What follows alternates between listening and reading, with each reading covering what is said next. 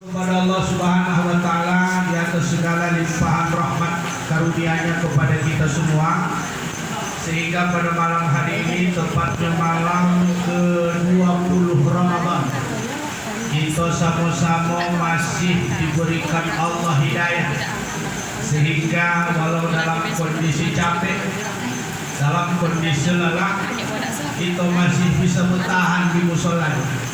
Sesudah capek di masjid, tempat bawah, bertahan di dalam masjid ini. Sesudah tadi siang kita capek dengan berpuasa, tadi maghrib capek dengan membuka, dilanjutkan capek dengan sholat tarawih 20, terus capek sholat witir 3, capek juga duduk di sini mendengarkan ceramah. Mudah-mudahan capek kita ini termasuk capek dan dicintai Allah, capek dan teriring keberkahan, sehingga hidup kita ini bisa dirasakan manfaatnya, dan saat kita mengakhiri hidup ini, semoga akhir kehidupan kita merupakan akhir yang baik. Terusnya sholawat berangkaikan salam kita hadiahkan kepada baginda Rasulullah Sallallahu Alaihi Wasallam. Mudah-mudahan insya Allah kita semua mendapatkan syafaat di hari kemudian kelak. Tak terceritakan lagi entah berapa kali kunjungan datang kemari. Ya, untuk peringatan nuzul saja ini tahun kelima. Belum lagi mi'raj, belum lagi maulid. Betul pula malam besok aku dulu sih. Mudah-mudahan tak muaklah kau menengok. Mudah-mudahan lah. Ya, walaupun ada muak sikit saja lah. Tanpa banyak muak. Nah, selanjutnya sholawat berangkaikan salam kita hadiahkan kepada baginda Rasulullah Sallallahu Alaihi Wasallam. Mudah-mudahan insya Allah kita semua mendapatkan syafaat di hari kemudian kelak nanti. Bapak-bapak, ibu-ibu, anak-anak kami yang sedang menikmati konsumsi. Nah, kalau sama orang tua inilah cara hidup dulu. Nah, cuma lagi inilah tabiat baik namanya. Walaupun orang ini tak mengerti apa-apa, kalian paham bahwa awak bicara, paham ini awak. Namun eloknya keluar kanan, masuk kanan, keluar kiri. Sebab awak masuk kanan, gumbal balik dari sebelah kanan. Tapi ini penting membiasakan untuk mengajak anak-anak kita kepada tempat yang lain. Maka jangan biarkan masjid kita sunyi dari malaikat-malaikat kecil. Di anak-anak ini malaikat-malaikat kecil. Anak-anak ini tak boleh dimarah-marahi, ditumpuk boleh. Ya, jangan dimarah-marahi. Memang begitulah anak-anak ni. Kadang-kadang sholat orang sudah ribut. Ya, cuma lagi dah banyak lah aku tengok mana orang ribut di masjid, itulah yang bertahan di masjid sampai itu. Memang begitu psikologis. Aku teringat aku pada begini kocik-kocik, teringat aku dulu kocik-kocik. Oh, sholat tarawih kami mencuri dondo. Dalam ketuhun itu akan jadi alasan bulan. Sedangkan Ustaz dulu menjadi membantu kopi. Ya, nah, pada malam hari ini kita memperingati nuzul Quran. Aku sudah tak tahu lagi tentang apa nak aku sampaikan di kamu. Ya, saking kan sudah sering segala materi Quran sudah habis tentang nuzul Quran. Ya, cuma lagi namanya lancar kaji kalau ulang. Diambil juga lah sedikit-sedikit bahan-bahan yang lain. Paling tidak ada sedikit perbedaan antara ceramah tahun semalam dengan ceramah tahun ini. Ya. Kalau bicara tentang nuzul Quran, yang tentunya lebih masyhur itu pada 17 Ramadan. Walau ada juga meriwayatkan pertama turun Quran itu 24 Ramadan. Ada riwayat yang mengatakan 27 Ramadan. Tapi yang masyhur itu 17 Ramadan. Syahrul Ramadan allazi unzila fihi al-Qur'an hudan lin-nasi wa bayyinatin minal huda wal furqan. Al-Qur'an itu diturunkan bulan Ramadan.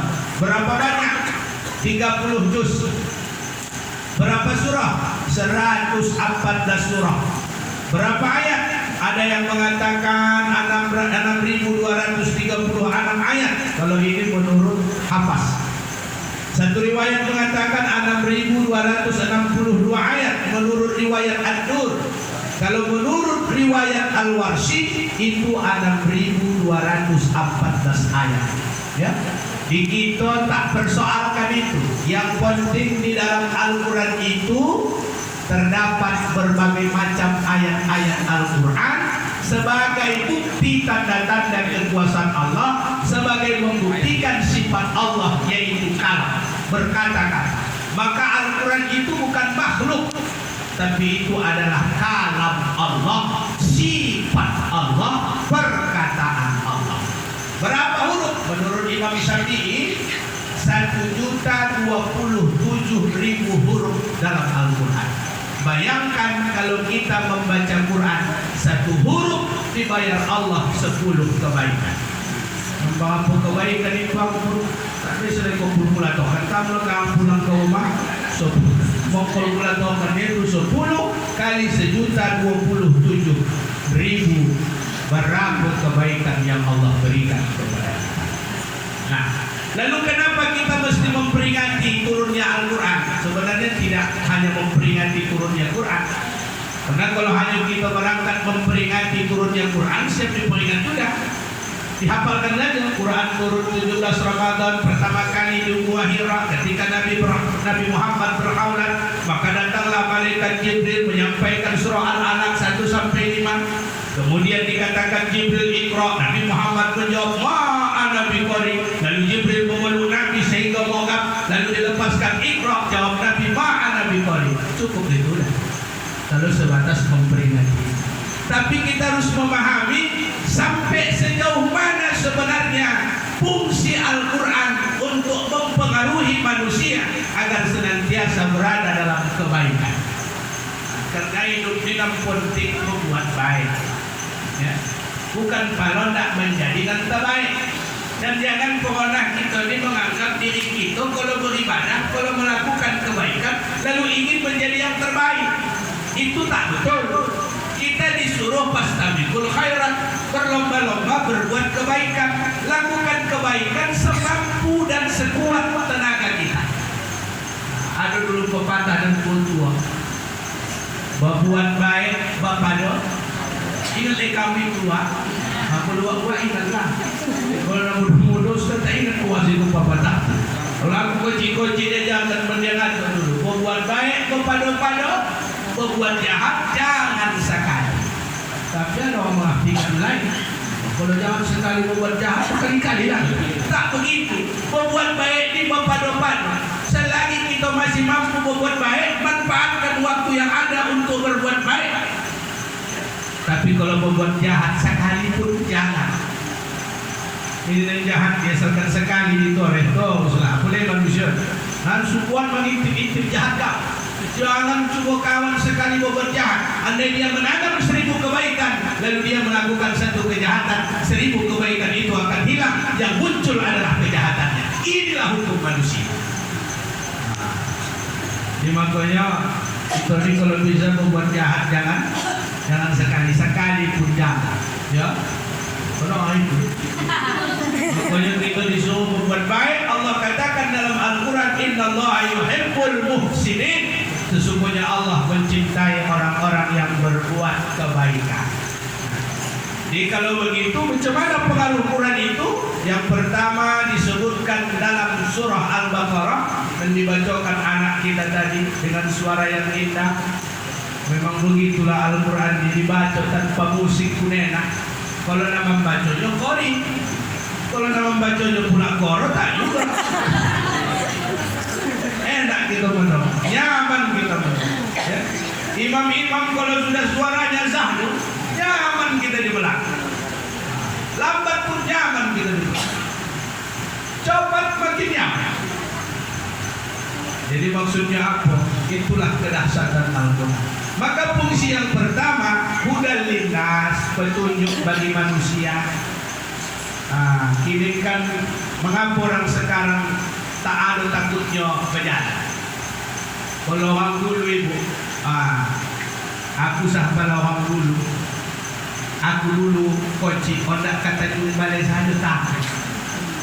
Kenapa? Kalau takut sosat. Kenapa takut sosat? Tak ada petunjuk. Anak kini ke Jakarta pun dilepas lalunya seorang-seorang. Kenapa? Dia sudah punya modal petunjuk. Apa namanya itu? GPS. Tidak tinggal klik, sebutkan alamat. Jalan ini. Pak. Ya, Anda belok kiri. Habis belok kiri 500 ke depan ada persimpangan. Iya. Ini menunjukkan apa? Orang tidak akan tersesat kalau dia ikuti arah. Orang tidak akan tersesat kalau dia ikuti petunjuk. Lalu kenapa hidup kita ini butuh petunjuk? Lalu dijadikan Allah Al-Quran sebagai hudan. Karena kita ini juga sedang rihlah. Rihlatul insan, perjalanan manusia. Kita ini kan sedang berjalan nih. Sedang berjalan atau sedang montok ini? Sedang berjalan. Sedang berjalan. Dimulai dari mana Ustaz perjalanan kita pada alam ruh. Di alam ruh ini alam yang tak ada masalah. Alam di mana manusia ditempa dengan ketenangan. Alam di mana manusia ditempa dengan kenyamanan. Tidak ada persoalan-persoalan yang aneh-aneh. Kenapa? Karena di alam ruh manusia semua dalam keadaan beriman. Rupanya iman yang membuat kita nyaman. Alastu birabbikum qalu bala syahidna. Adakah kamu menyaksikan aku sebagai Tuhanmu, kata Allah? Seluruh ruh menjawab, kami menyaksikan. Maka di alam ruh tak ada masalah. Belum pernah terdengar ruh berkelahi. Ya, belum pernah ruh bapak kau. Belum pernah ruh bahas lempar-lempar. Kenapa? Semua dalam kondisi iman. Kemudian lalu dilakukan perjalanan menuju alam rahim. Alam rahim ini menunjukkan bahwa perempuan ternyata lebih kuat dari laki-laki. Ya, perempuan ini jangan kamu anggap bapak longah. Perempuan ini lebih kuat dari laki-laki. Kenapa ibu kamu lebih kuat? Satu-satunya makhluk yang Allah titipkan Asmaul Husna itu hanya pada perempuan. Apa itu? Ar-Rahim. Kan Asmaul Husna. Mengapa ibu-ibu ini hobi menangis? Itu hobi. Lain bukanlah menangis itu kono lomah, memang kono hobinya. Nah, perempuan itu memang hobinya menangis. Bukan pakai sedih saja, Pak. Anak di wisuda menangis. Anaknya nikah menangis. Disuruh mengupah-upah anak menangis. Lupa kawan lama menangis. Ditelepon lagi tambah menangis. Menang hobinya itu pakai hobi. Tapi menangis jadi senjata ampuh. Aku aja sehebat laki-laki, aku ditengok istrinya menangis tak berputih. Makanya supaya bapak jangan banyak kali berputih, setiap hari kau menangis. Asal pula bapak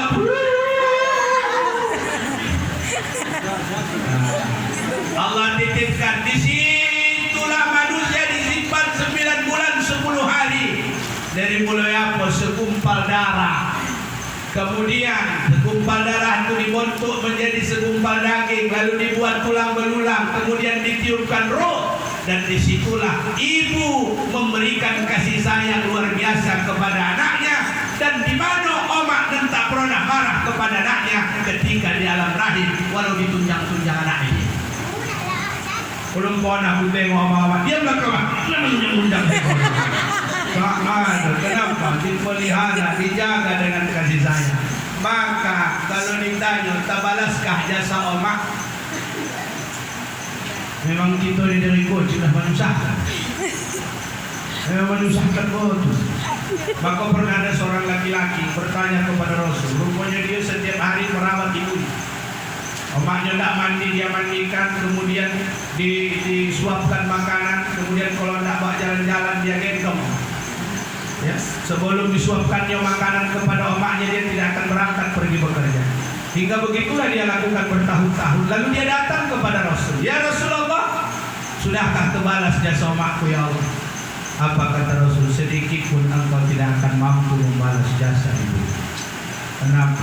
9 bulan 10 hari disimpannya kita dengan kasih sayang, dijaganya kita. Dia merasakan sakit, dia merasakan berat yang luar biasa, lelah yang begitu cukup, tapi dia tidak pernah berhenti untuk tersenyum. Dia tidak pernah berhenti dari berdoa semoga anaknya lahir dalam keadaan selamat. Bahkan tidak sedikit seorang ibu meninggalkan puasa 1 bulan penuh karena menghamilkan anaknya. Tidak sedikit perempuan yang meninggalkan puasa karena menyapih anaknya selama 2 tahun lamanya. Bahkan saat itu juga lah kadang-kadang di alam barzakh si Omak pun merasa tersiksa. Kenapa? Karena tak puasa. Gara-gara siapa? Kita. Gara-gara kita.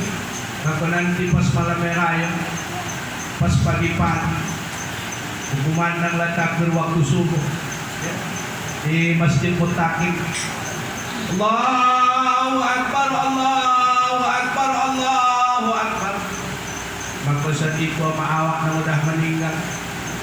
Dia pun mulailah berharap kepada anak-anaknya, berharap kepada keluarganya yang masih hidup. Kalau di bulan Ramadan kami dikasih Allah keringanan. Kalau di bulan Ramadan azab kami dikurangi. Begitu berkah bulan Ramadan. Tapi ketika matahari terbenam di ufuk barat, Ramadan telah berakhir. Saat itulah kami merasakan ketakutan yang luar biasa. Begitu mencekamnya kami berada di alam barzah. Tapi saat itu kami melihat begitulah raut kegembiraanmu wahai anak-anakku. Kulihat betapa gembiranya engkau berkumpul dengan sanak keluargamu, berkumpul dengan para kawan-kawanmu, merayakan hari kemenangan dengan penuh kebahagiaan yang tiada terhingga. Engkau tersenyum di antara satu dengan yang lain, engkau berjabat tangan di antara satu dengan yang lain, engkau saling memeluk di antara satu sama yang lain, bercerita dengan kemegahan, bercerita dengan kebahagiaan, bercerita dengan kegembiraan. Adakah engkau teringat kepadaku, nak?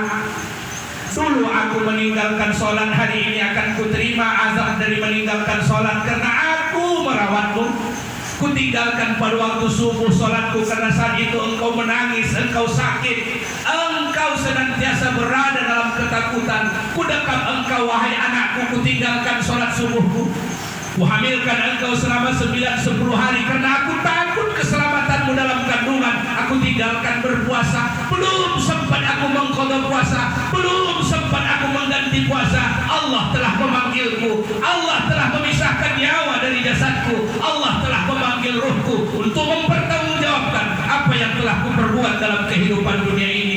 Hari ini begitu nyata kegembiraan di wajahmu. Hari ini kulihat betapa indahnya senyumanmu. Aku tidak lagi berharap suapan nasi darimu, nak. Aku tidak berharap pelukanmu, nak, karena kita tidak dapat lagi saling berpelukan, kita tidak dapat lagi saling berjabat tangan.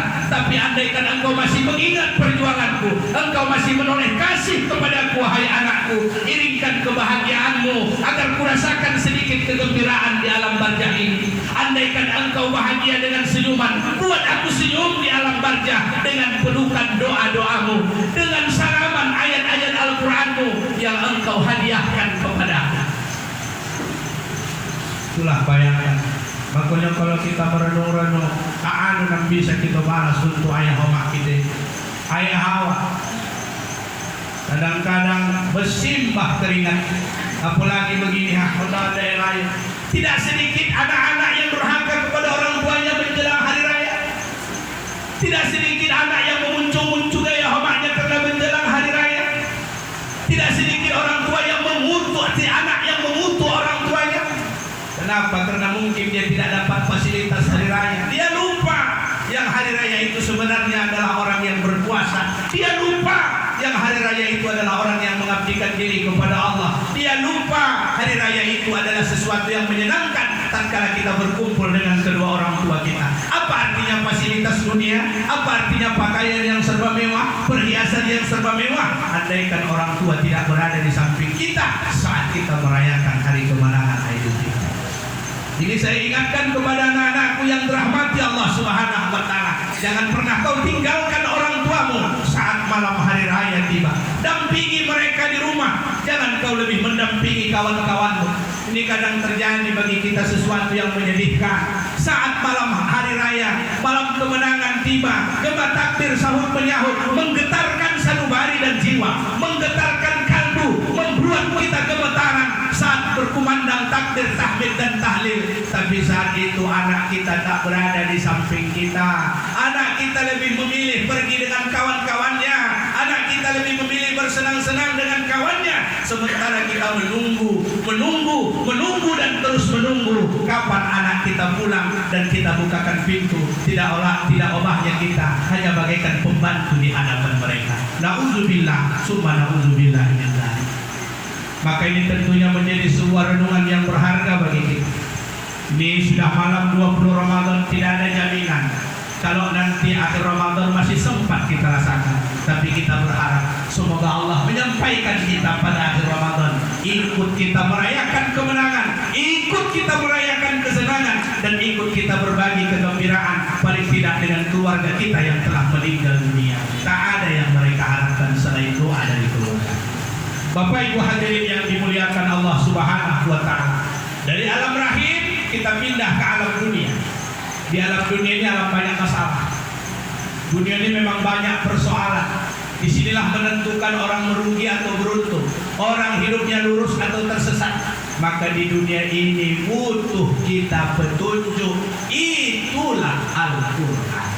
Agar kita mampu yang pertama membedakan mana yang hak dan mana yang batil. Karena Al-Quran memuat yang pertama adalah persoalan ubudiyah, ibadah kepada Allah. Orang kalau ingin lancar ibadahnya, orang kalau ingin bagus ibadahnya, harus mampu mentelaah Al-Quran.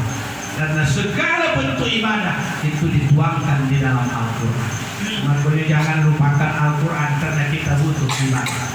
Nah, Al-Quran juga katakan, wa ma khalaqtul jinna wal insa illa liya'budun, dan tak kuciptakan jin dan manusia melainkan untuk mengabdikan diri kepada Allah. Kenapa?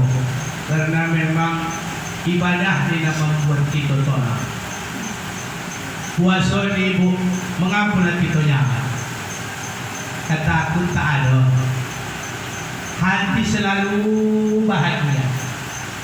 Subuh bahagia, tengah hari bahagia, walau kita lapar, walau kita haus. Kalau pula orang puasa dan tak lapar, kalau ada pula orang puasa tak lapar, kita curiga juga kita. Kalau kita ada lapar puasa dan puasa, beda dan tak lapar, beda dan bisa menahan lapar. Kita disuruh menahan lapar, menahan haus, tapi hati kita tetap nyaman. Kenapa? Karena Ramadan ini sepanjang Ramadan kita isi dengan ibadah kepada Allah. Nah, itulah guna Al-Quran itu begitu, untuk menunjuki kita supaya mampu beribadah, melakukan hubungan baik kepada Allah. Kemudian juga menunjuki kita supaya bisa bermuamalah. Karena Al-Quran tidak hanya tunjuki kita dalam ibadah, tapi Al-Quran juga berikan gambaran tentang muamalah. Apa itu? Hablum minas. Jual beli dalam Al-Quran ada, hutang piutang ada, pinjam meminjam ada, semua diatur. Untuk menunjukkan apa? Kalau manusia sudah berkiblat kepada Al-Quran, kalau manusia sudah merujuk kepada petunjuk Al-Quran, pastilah hubungan manusianya akan menebar manfaat. Karena sebaik-baik manusia, kata Rasulullah, khairun nas anfa'uhum linnas. Sebaik-baik manusia, manusia bisa memberikan manfaat. Ini begini Bapak Ibu, supaya jangan pala poling-poling kaji. Malam ini banyak bohong orang makan yang makan. Jadi ringkas saja, ya. 10 dah ya. Lupa pilih itu kebetulan kita tahu di luar. Andai kan ada yang bercakap, tapi nama Gustaf. Tapi kami belum bisa bermanfaat bagi orang. Maka aku jawab, kalau andaikan kita belum bisa menebar manfaat bagi orang lain, paling tidak jangan buat mudarat bagi orang. Kalau belum bisa menguntungkan orang lain, paling tidak jangan rugikan dia. Kalau belum bisa menyenangkan orang lain, jangan susahkan dia. Anak-anakku, kalau kau belum bisa menyenangkan ayah omakmu, paling tidak jangan kau tambah kesusahan. Bapak, kalau bapak belum bisa menyenangkan ibu-ibu ini, jangan tambah kesusahan ibu. Ibu pun begitu, kalau belum bisa menyenangkan bapakku, pedoman jangan kamu tambah-tambah susahnya. Jangan banyak-banyak isi proposal. Ini kalau nak buat dengan proposal masuk, baju 3 pasang, 1 pasang seharga 500, 3 pasang dah 1,5 juta. Kalau sempat anak awak 5, lain lagi kue hari raya. Kalaupun nanti ada jangan pala marah. Nah, dan kalau bapak tu marah ibu, jangan kamu lawan. Banyak-banyak kamu bertasbih. Marah bapak tentang berarti marah. Bertasbih. Subhanallah walhamdulillah wa la ilaha illallah wallahu akbar. Waduh, tidak jadi itu kan. Subhanallah. Batin awak tuh. Awak tak duha tu. Anak-anakku kalau mau mawa ayah awak tak merepet, jangan dilawan, bawa istri. Astaghfirullah Rabbal Baraya, Astaghfirullah minal khataya. Apa tidak itu? Astaghfirullah. Apa begitu? Aku istighfar, sadar aku berdosa. Pasti mau atau berdosa di sana. Tahu-tahu rumah pun merepeti bapak sih. Begitu mulai ikut merepet afdal dzikri. Fa'lam annahu la ilaha illallah. La ilaha illallah. Makin panjang repetnya, panjangkan la ilaha illallah. La ilaha illallah. Lalu itu kunci Al-Fatihah.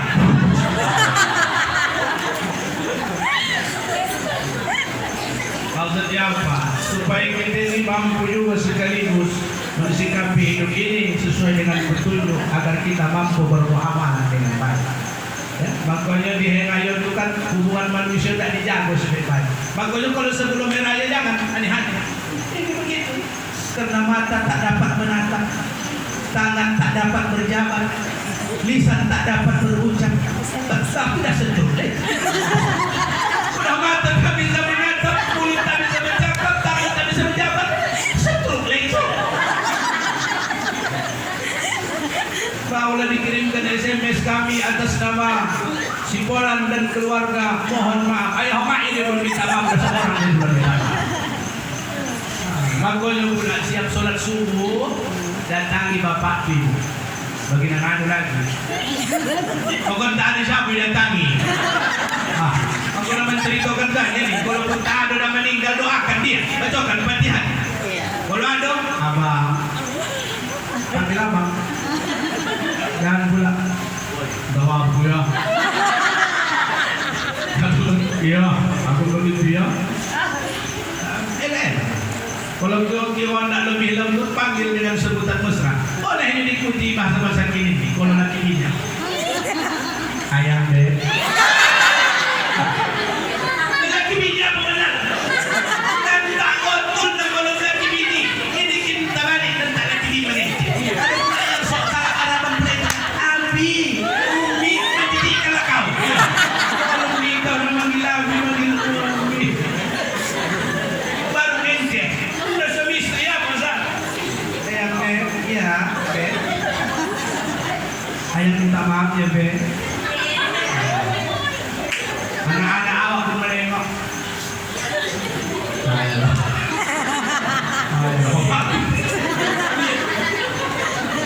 Nah, maksudnya apa? Menunjukkan makna kelembutan sebenarnya. Itu minta maaf. Itu pun Pak, kalau tak datang nampak awak rumah minta maaf, awak dah. Saya tengok dia tak datang juga, saya fikir dia tak berdosa dia.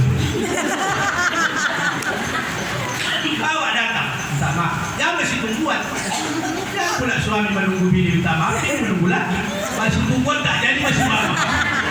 Nah, ini konsep hablum minallah. Hablum minallah supaya apa? Terasa. Ya. Nah, kemudian yang berikutnya, apalagi guna Al-Quran bagi kehidupan di samping menjadi petunjuk bagi kita. Al-Quran itu adalah pembawa rahmat. Maka siapa yang hendak mendapat rahmat, maka harus berdampingan dengan Al-Quran. Wa idza quri'al Quran fastami'u lahu wa ansitu la'allakum turhamun. Apabila kamu mendengar orang membaca Al-Quran, maka dengarkanlah, diamlah agar kamu mendapat rahmat. Jadi rupanya tak pun membaca macam tadi Qori membaca Quran, diam gitu, dapat rahmat. Diam saja, tak perlu didoakan. Saya doakan, tapi diam. Dapat rahmat. Apalagi didoakan, tambah mendapat rahmat. Jadi kalau mau kumpuli, kawan mengaji, kemana ini? Baca ni muat. Tak dapat rahmat. Maka siapa yang hendak mendapat rahmat, bacalah Quran. Tak mampu membaca, dengarkan. Andaikan telinganya sudah tak mampu lagi mendengar, paling tidak dia diam, maka dia akan mendapat rahmat. Bagaimana pula bagi mayat bermanfaat oleh kubur? Mau dikubur, manfaat, dapat rahmat. Mana dalil? Jadi kan tak ada dalil tu. Tak ada dalil, tak ada tu saja. Ketika Nabi Muhammad mendengar ada orang yang disiksa di kubur, dia ambil pelepah tamar ditancapkan. Ya Allah, selama pelepah tamar ini bertasbih, maka ampunkan dosa orang yang dikubur. Sedangkan pelepah tamar bertasbih dapat ampunan orang yang dikubur, pun pula ada mulut manusia yang membacakan Quran. Entah kalau lebih elok pelepah tamar dari mulut manusia ini karena. Nah ya, jadi tentunya bermanfaat. Makanya kenapa lah ulama-ulama kita dulu menganjurkan ada yang mengaji kubur. Cuma lagi kepada siapa? Kalau dapat keluarga, anaknya. Anak tak lalu yang pula, sulah sudah menyuruh orang faham. Namanya sudah menyuruh. Tiga malam kau di kuburan tu. Kau bikin makanan tu ada di kuburan kau aman. Kau persib jam 3 ke jam 6. Pokok pisang pun bikin awak dia. Nah, ya. Ini menunjukkan tak pun dikubur di rumah pun bisa. Sepanjang Ramadan dibacakan Quran itu. Hadiahkan kepada yang awak dapat. Dan kita membacanya pun itulah dasarnya Al-Quran. Karena rahmat inilah yang kita harapkan.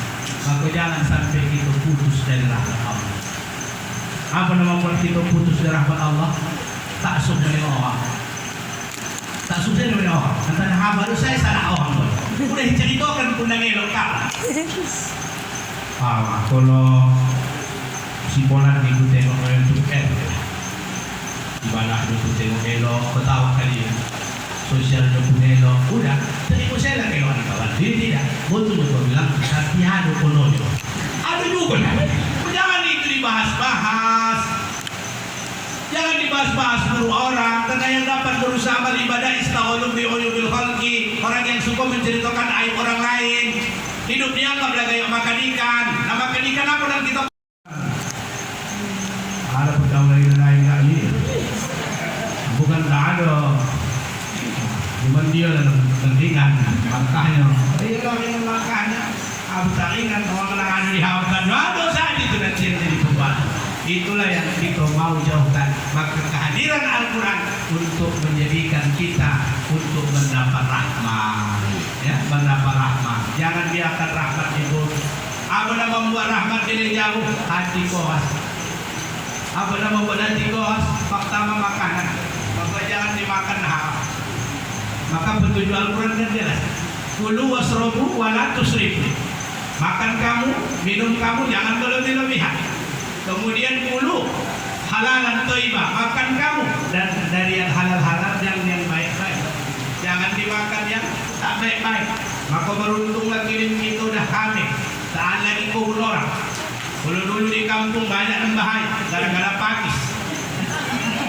Tumbuh pakis tak kawan. Diambilnya pakis bukan dipinta.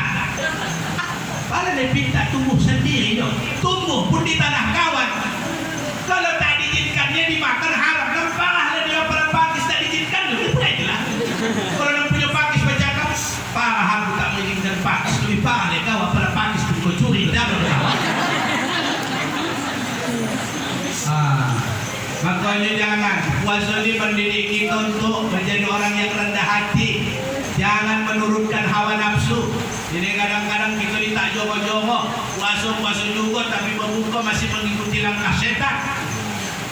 Aku segala orang ibu ini kulit tengok isi teringku yang kawan. Saya selewa. Kamu mau dengan apa? Aku tak selewa. Semua dah membuka selewa menurut awak. Tengok ayam-ayam ini pak. Tengok pula ayam apa kawan? Tunggu pau. Ini cocok dulu pembuka. Pergi lagi. Tengok ada pula risol. Ini cocok. Second parahnya kita dan sabu pun kita pun. Risol sama bawang dan sabu. Bahannya sama-sama digoreng.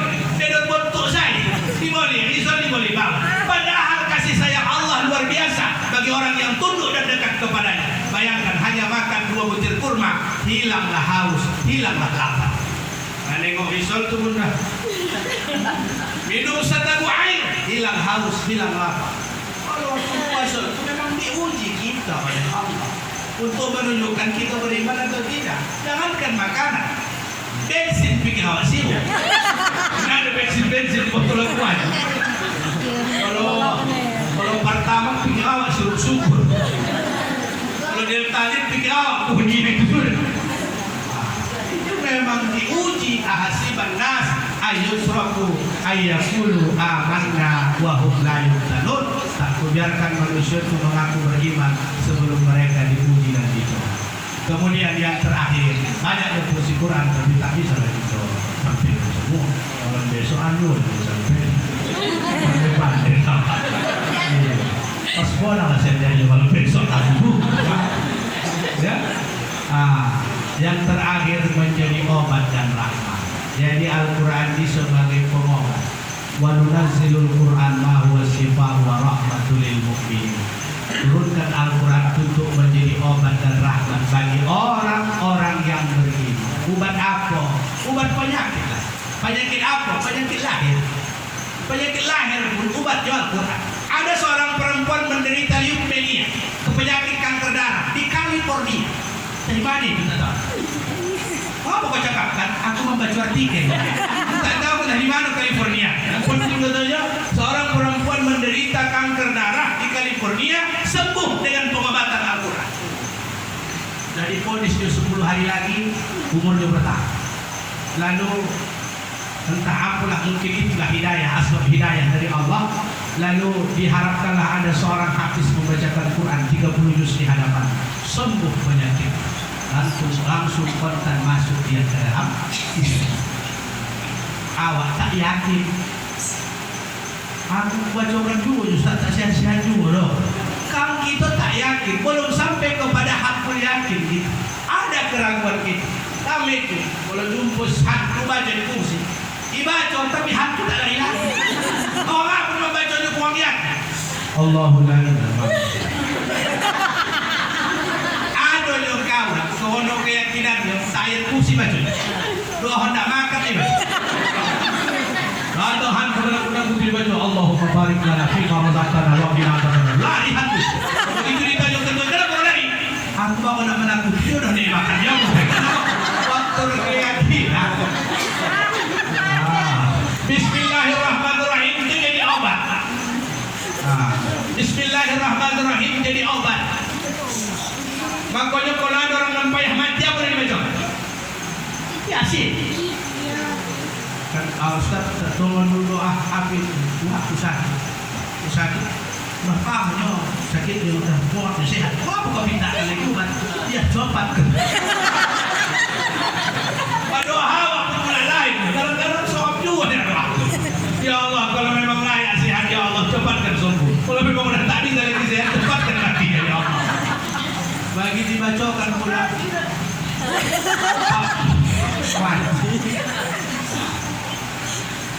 Aku sekali membuat begitu, dimintakan orang sampai kira sekadar seperti mau datang mau kau bawa aku. Apa ini doakan dia mati, Ustaz? Astagfirullah. Bukan doakan mati, doakan kemudahan. Itulah. Kemudian terutama obat batin, obat pikiran. Apalagi dalam sholat itu, kenapa disuruh baca Quran dalam sholat? Supaya batin kita tenang, pikiran kita tak macam-macam. Makanya kita suruh juga bertawakal kepada Allah. Diawalilah sholat kita bertawakal. Inna sholati wa nusuki wa mahyaya wa mamati lillahi rabbil alamin. Kenapa? Karena waktu sholat itu sendiri pun tak tahu apa yang terjadi pada diri. Tak mampu menjaga mata. Dalam sholat saya tak mampu kita menjaga mata. Makanya bersoah, ya Allah, jangankan mata. Memang tu yang mengangkat bersujud. Tapi jangan ada kawan kau yang berubah sambil kau.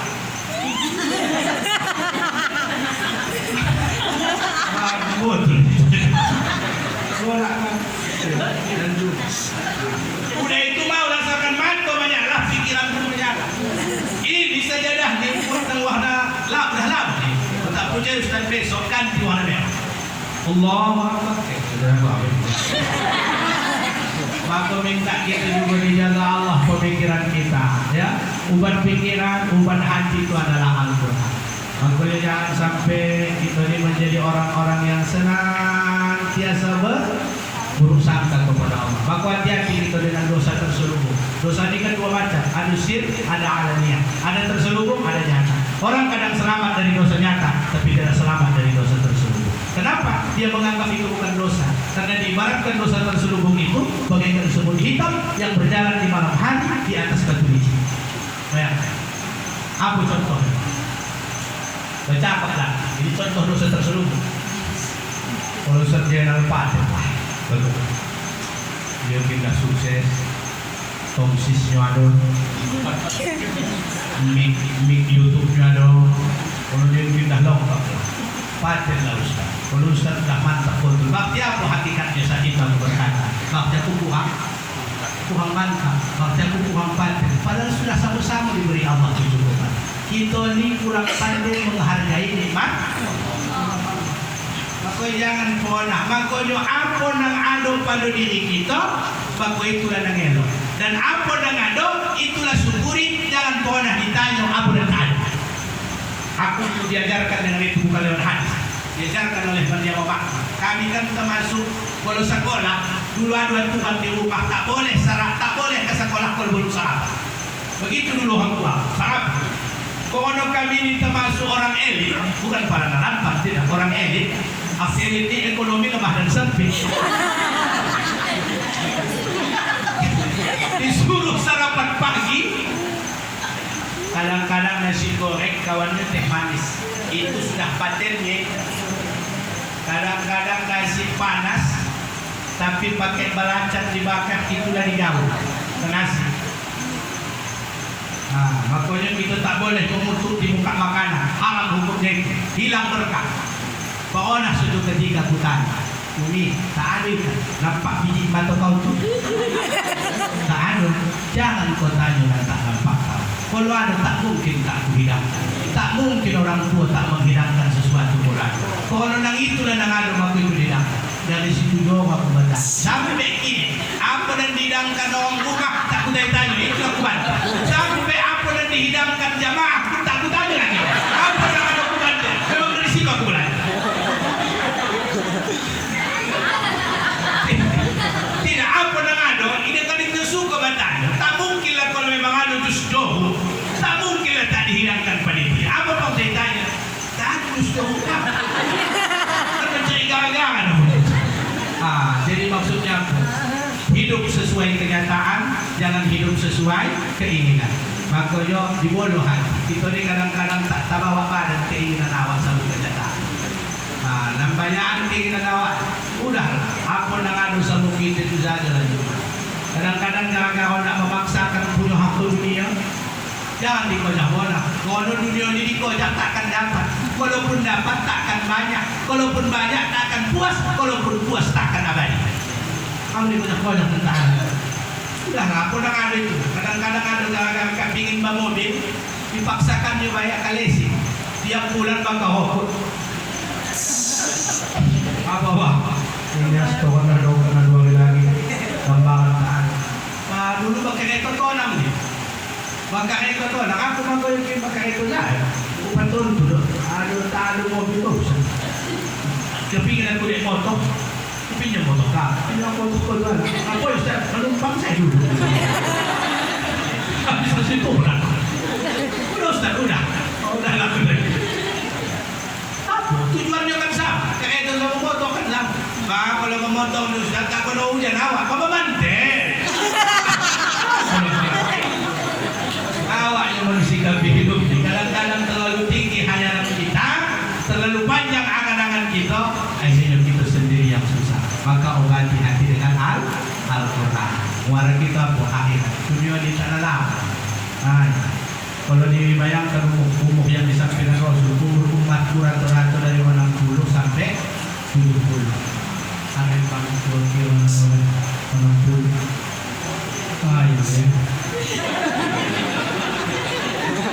Apa namanya gulung-gulung bonak dunia ni? Kadang-kadang kalau di gulung bonak tak cocok ke muawat dunia pun menyumpah. Coba bayangkan umur 70 dipakaikan lipstick. Lipstick pun macam tangan yang lain. Allah karim la ilaha illallah. Mensederhanakan kehidupan itu akan terasa indah di sisi Allah Subhanahu wa ta'ala. Itu jalan kasih kita malam. Nah, pala panjang-panjang tak pala banyak-banyak. Yang penting cukup di kamu, cukup dia. Paham kamu? Paham kamu di kajiku, kamu paham dia. Udah selesai, ya, mudah-mudahan bermanfaat bagi kita semua. Aku tak tahu mana yang bisa dipahami. Kalau paham, insyaAllah amalkan. InsyaAllah banyak ngomong aluki. Kalau besok kita jumpa lagi. Nokan efek kedua lagi. Ya. Semoga bermanfaat. Nah, di atas segala penyampaian terdapat banyak kekurangan. Saya mohon maaf dan mari kita tutup majlis ini dengan doa kepada Allah Subhanahu wa taala. Na'udzubillahi minasyaitonir rajim. Bismillahirrahmanirrahim. Alhamdulillahirabbil alamin wassalatu wassalamu ala asrofil anbiya'i wal mursalin wa ala alihi wa sahbihi ajma'in.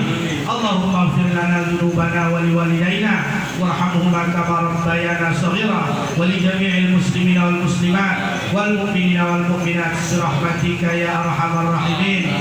Allahumma anzil rahmata wal ni'mah was sihhata was salamata alaina wa ahlina ya Allah, khususan li sahibi ahli hadhihi al jamaah bi barakati syahri Ramadan. Allahumma rzuqna bi karamatil lailatul qadr fi hadhihi sanah wa kullu sanah ya Allah ya rabbal alamin. Rabbana atina fid dunya hasanah wa fil akhirati hasanah wa qina adzabannar. Walhamdulillahi rabbil alamin. Taqabbalallahu minkum inna wa minkum taqabbal ya karim. Wassalamualaikum warahmatullahi wabarakatuh.